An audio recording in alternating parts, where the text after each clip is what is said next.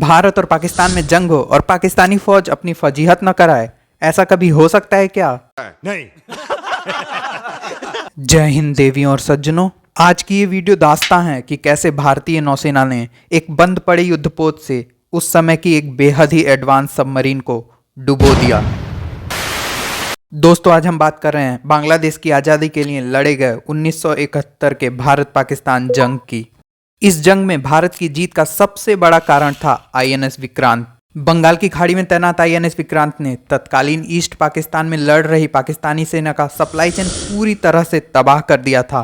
INS Vikrant के खौफ से ही पाकिस्तानी नौसेना ईस्ट पाकिस्तान में लड़ रही अपनी फौज के पास सप्लाईज लेकर नहीं पहुंच पा रही थी, जिसके कारण ईस्ट पाकिस्तान में मौजूद इनकी फौज हथियारों और खाने की कमी की वजह से ये जंग हार गई। पर ऐसा नहीं है कि पाकिस्तान ने आईएनएस विक्रांत को अपने रास्ते से हटाने की कोशिश नहीं की थी। और सच कहूं तो उनके पास एक ऐसा हथियार भी था जो आईएनएस विक्रांत को डुबोने की हैसियत रखता था। पर वो कहते हैं ना कि जंग सिर्फ हथियारों से नहीं जीती जाती।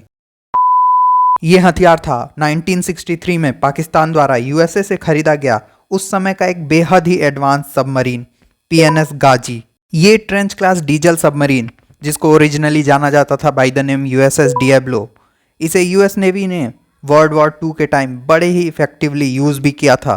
और वहीं पाकिस्तानियों का हाथ लगते ही इस एडवांस सबमरीन की किस्मत का बेड़ा गर्क हो गया और इंडियन नेवी ने इस एडवांस्ड अमेरिकन सबमरीन को अपने एक बंद पड़े युद्धपोत आईएनएस राजपूत से मार गिराया।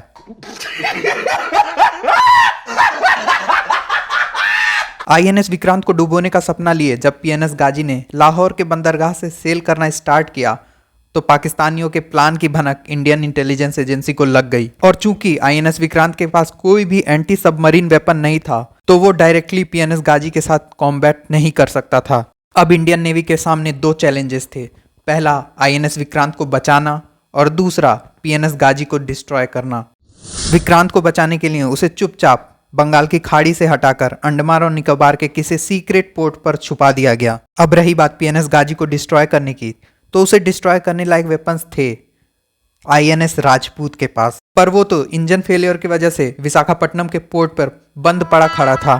तो अब टास्क था कि अगर आईएनएस राजपूत खुद पीएनएस गाजी तक नहीं जा सकता तो क्यों न कुछ ऐसा किया जाए कि पीएनएस गाजी खुद विशाखापट्टनम की पोर्ट तक आ जाए। उधर बंगाल की खाड़ी में पीएनएस गाजी पागलों की तरह आईएनएस विक्रांत को ढूंढ रहा था और इधर इंडियन नेवी ने पूरे विशाखापट्टनम में ये अफवाह फैला दी कि आईएनएस विक्रांत विशाखापट्टनम के पोर्ट पर आ रहा है, ताकि विशाखापट्टनम में तैनात पाकिस्तानी स्पाई ये खबर पाकिस्तान को दे दें। पर शायद इतने भर से पाकिस्तानियों को भरोसा न होता, इसलिए इंडियन नेवी ने आईएनएस विक्रांत पे तैनात फौजियों के घर वालों को भी बुला लिया अपने बच्चों से मिलने के लिए। और साथ ही साथ इंडियन नेवी ने विशाखापट्टनम के बाजार में हजारों किलो फूड सप्लाईज का ऑर्डर भी दे दिया। फिर क्या था, फंस गया पाकिस्तान जाल में और आईएनएस विक्रांत को डुबोने के चक्कर में पीएनएस गाजी विशाखापट्टनम के पोर्ट तक पहुंच गया।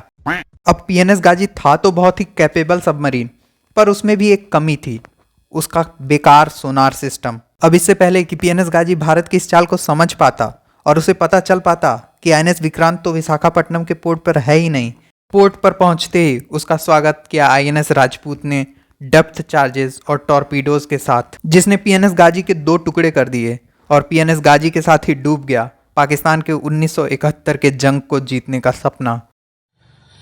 बेकार है भैया, मैं तो टूट गया। वैसे दोस्तों, आपको क्या लगता है, क्या भारत ने बांग्लादेश का साथ देकर सही किया? कमेंट सेक्शन में बताइए।